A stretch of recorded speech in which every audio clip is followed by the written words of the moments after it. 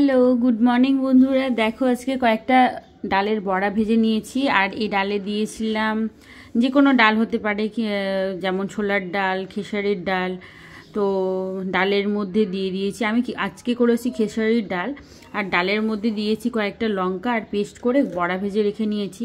আর এটার মশলা হিসেবে ইউজ করব এই যে সর্ষা বেটে রেখেছি। আর এর মধ্যেও কয়েকটা কাঁচা লঙ্কা দিয়েছি, তোমরা চাইলে শুকনো লঙ্কাও দিতে পারে, কিন্তু আমি কাঁচা লঙ্কাই দিয়েছি।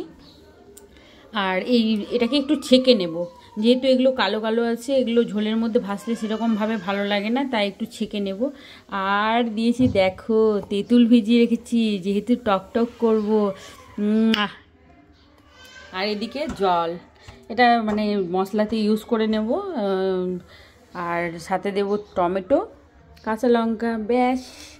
তো কেমন হয়েছে আজকে আমার এই বড়াগুলো?